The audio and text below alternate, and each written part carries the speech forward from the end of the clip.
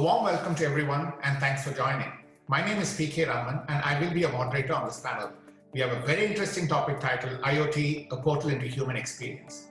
IoT devices are becoming ubiquitous and are being deployed at an exponential pace. With 5G and better connectivity, IoTs have the ability to fundamentally change the way we work, interact, collect information, and get things done. For small and medium enterprises, SMEs, IoTs could provide a great opportunity to become more efficient, get better access to financial services, and make the entire supply chain ecosystem efficient. This will reduce costs, obviously, enable SMEs to provide targeted and hyper-personalized services to their customers, which should enable them to grow at scale. However, while IoTs are transforming the way we work, there are risks associated with IoT deployment that we need to be aware of and mitigate against. To help us explore these topics, we have a fantastic panel of subject matter experts, and I'm looking forward to having a great conversation. It gives me great pleasure to introduce them. First, I would like to welcome Gopal Padinjaruveetil, who is the CISO and CDO for Auto Club Group, which represents AAA, which is over 60 million members in US and Canada. Gopal is a well-known thought leader in cybersecurity world with over 30 years experience in information technology, cybersecurity, and operational technology. He's a featured speaker on many conferences worldwide. He also teaches cybersecurity in a few colleges around the US. Welcome, Gopal. Great to have you here. Oswin is a subject matter expert on enterprise architecture, strategy, and solution architecture. He was the vice president of Capgemini's North America practice and has led many engagements across multiple verticals from automotive to medical devices to technology companies to design, build, and sustain connected products using digital IoT. Prior to this, he was a senior director of global security operations at Liberty Mutual and has worked in telecommunication industry as a chief architect. Warm welcome to you all. Finally, to complete our great panel, let me introduce Charles Ng, Executive Vice President in Ensign InfoSecurity, one of the largest pure-play end-to-end cybersecurity service provider in Asia. Prior to this, Charles started and headed Booz Allen Hamilton cybersecurity practice in Asia. Charles also was involved in the formation of Cybersecurity Agency, CSA, in Singapore. He's one of the leading cybersecurity specialists in this region. Great to have you here, Charles. Let's get straight into the conversation. My first question is to Gopal. Can you explain in layman terms, what is an IoT? Also, I'm fascinated on the title of this conversation. How is human experience connected to IoTs? Thank you, Raman, for that warm introduction. So if you look at the human experience, our experience is formed by two things, living things and non-living things. So biological living things have some level of intelligence in them, even at the smallest level, at a cellular level to the human level, there is some intelligence. And when you come to non-living beings, they're inert. There is no intelligence, they're inert. With software, it is now possible to inject some level of intelligence or artificial intelligence into these non-living things. So your phone, your table, we can put software anywhere you want. You can actually put a camera. These things can actually start seeing. You can put a microphone and a speaker. They can hear what you're saying and respond to you, like Alexa, Cortana, right? Your webcam, right? Anything. So we can actually change the way that we interact with non-living things. And it opens up an amazing opportunity for the entire world and humans and businesses. So that is why I think we call them smart devices. And it's smart because they can do smart things like humans. And why human experience is an IoT? Yeah, because like I said, these things, for example, your car can talk to you, your doorbell can talk to you and say who's at home, right? And your Nest or your, right, it can tell, it can moderate a lot of things. So your fridge can talk to you, right? So there's a lot of interesting possibilities when it comes to, it is going to change the way that how you live in the world and your experience, right? So how you experiencing the world, these devices can change the way that you're experiencing the world. Thank you. Also, let me come to you. Can you give us some examples of how IoTs are transforming the way we work, interact, and communicate? What business opportunities are you seeing with the use of IoTs, especially in SME situation? Can you give us some use cases? Sure, Raman, and thank you for the introduction and for having me on this panel. I might repeat a few of the things that Gopal said because I think they're relative in terms of what IoT is and how it relates to some of the use cases. that we are seeing in different enterprises and how they're using them. So I think what you have to kind of really focus on is the understanding of what IoT is in a broader concept. You know, IoT are devices that, as Gopal talked about, are now smart, right? Because of embedded applications and embedded compute. But they're also connected because of wireless technology, right? 4G and 5G, as you talked about. It's also connected now to new technologies that make IoT more usable and create the experiences, such as cloud storage with artificial intelligence engines, cognitive learning, right? And all of these things will take the data that the IoT generates and actually do something with that data, interpret it, and create experiences in different fashions. I think there's three groupings I like to talk about when it comes to IoT use cases, right? And now IoT really creates a connected world. So the three use case families, so to speak, are connected things. That would be an example of things like your car that Gopal talked about, or even things like robotic vacuum cleaners that many people now have in their house, right? Connected people, so many of us have devices that always keep us connected, right? Like Apple Watches or Fitbits. And then connected places, right? Connected places, examples of connected places are connected stores, right? The retail experience now changes. Connected factories, right? Many companies that manufacture connect their factories now so they can do remote management of the factory. Now, with the advent of connected buildings and building maintenance now turning into connected cities, to where power grids and stoplights are now connected. Now, we'll talk about a little bit where all these things are headed, but some of the use cases, I think, are really around, you know, how can you connect things and utilize the data to create experiences or to create new business models. I really like what you talked about with connected supply chain and optimization of supply chain.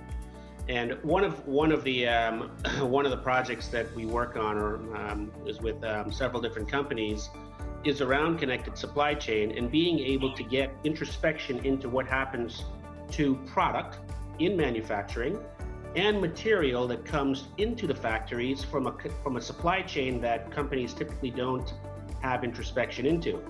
So now with IoT can actually monitor raw material from the time it's possibly picked up at the farm, right, all the way to the factory in transportation, all the way through manufacturing, and all the way through when the product makes it onto the store shelf. Now, if you think about that, it means as a consumer, I can actually pick a product up now, and if it says gluten-free or organic, I can actually realize whether it is by using an application to see the genealogy of that product based on data provided through the supply chain, right, by IoT devices, which is fascinating. So just think about that one value chain and how many possibilities there are in terms of different business models you can build. And think about what that means, even in today's context with things like COVID-19 and keeping the efficacy of the vaccination and managing it through the entire cold chain that it's actually supposed to be maintained in, and being able to visibly provide that because of IoT and detection along that path. I can go on and on about use cases, Raman, but that's an example of one that we're seeing. No, I think it's becoming clear. Gopal, IoT looks like it's got the potential to be truly transformative, and we're already seeing a lot of use cases. Can you give us some examples of the risks or the challenges that you're seeing in the way that we are deploying IoTs, especially given the scale that we're now witnessing IoTs being deployed?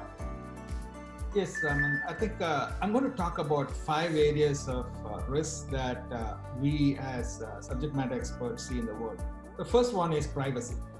By 2025, 55% of the data that is going to be generated by the devices. So that's a known fact. And some of this data is about users and the devices they have. So there is concerns around privacy in terms of transparency and how this data is being used for you. And your consent, is it being used in consent? So that privacy is becoming a big concern with this data because it's about you and your devices, your home, your connected things. The second thing is security. And it's a very complex topic when it comes to security because the ecosystem that Oz was talking about, you have the devices with its own security issues. You have the network or the connectivity, the 5G, the Bluetooth, the NFC, the wireless, right? I mean, you have those connectivity which has got its own security issues. Then these devices are connecting, talking to each other, sharing data with what is known as APIs. And we know there are security issues with the APIs itself. And then the back end, a cloud or on-prem or edge or whatever it is where this data is being persisted, there are concerns around those. So if you look at the totality of these things, there are really some critical concerns that's being raised around each of these areas. Now, the other thing the third concerns that we have is what I would call as unimagined threats, right? The unknown unknowns, right? When Wright brothers founded the airplane, he never thought that is going to be used to slam into a building. That was unimagined, right? So now we see that. So we are seeing that humans are so creative. We are worried about the unknown unknowns or unimagined threats that's going to face in the world of IoT. The fourth concerns that we have is ethical and fraud concerns, like because these devices by itself, right, what is known as machine ethics. It's the ethics of the humans who build this that is going to be embedded into these devices. They can be used to cause fraud and ethical concerns and bias, all those things, right? So, and the last one is responsible for fixing all these issues. Oz had written a wonderful article in LinkedIn in 2016 where he was saying that security is a team sport, right? Even non-security people need to understand. So we now know that the accountability is with the CISO or the board, but the responsibility, right?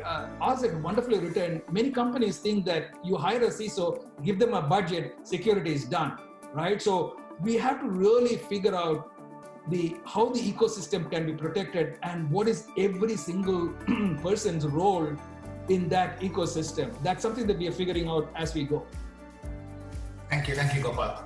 Let me turn to Charles. I mean, your company is tasked with protecting and cybersecurity. So given these risks that Gopal is speaking about, what can we do? I mean, can the SOCs or the security operations centers be designed to mitigate some of these risks? Can we add layers of protection outside these devices or on the ecosystem? I mean, what is the thinking around how do we build security around the risks that Gopal spoke about?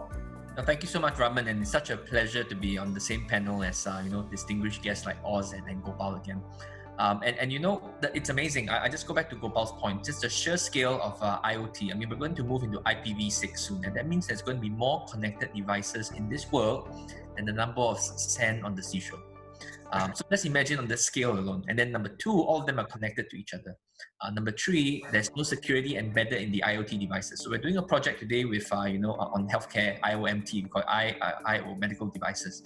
And it's going to grow 3 times in the next couple of years. We're talking about reaching about 7.8 billion IoMTs in the world. And as security professionals, when we look at that, we say, look, is security ready to resolve these issues from a people, process, and technology perspective? And the actual answer is that the current industry is not ready for it. Let me explain a few things, and then we can talk a bit about what I think is going to come soon. Number one, the current technologies that we have, whether it's about deploying an agent or EDR into the IoT, is not going to work. And two, to be competitive, most of the IoT devices are not, and manufacturers are not going to embed security early on. And number three, there's the sheer scale of the data that's going to come. It's going to crash most of the backend SIEMs.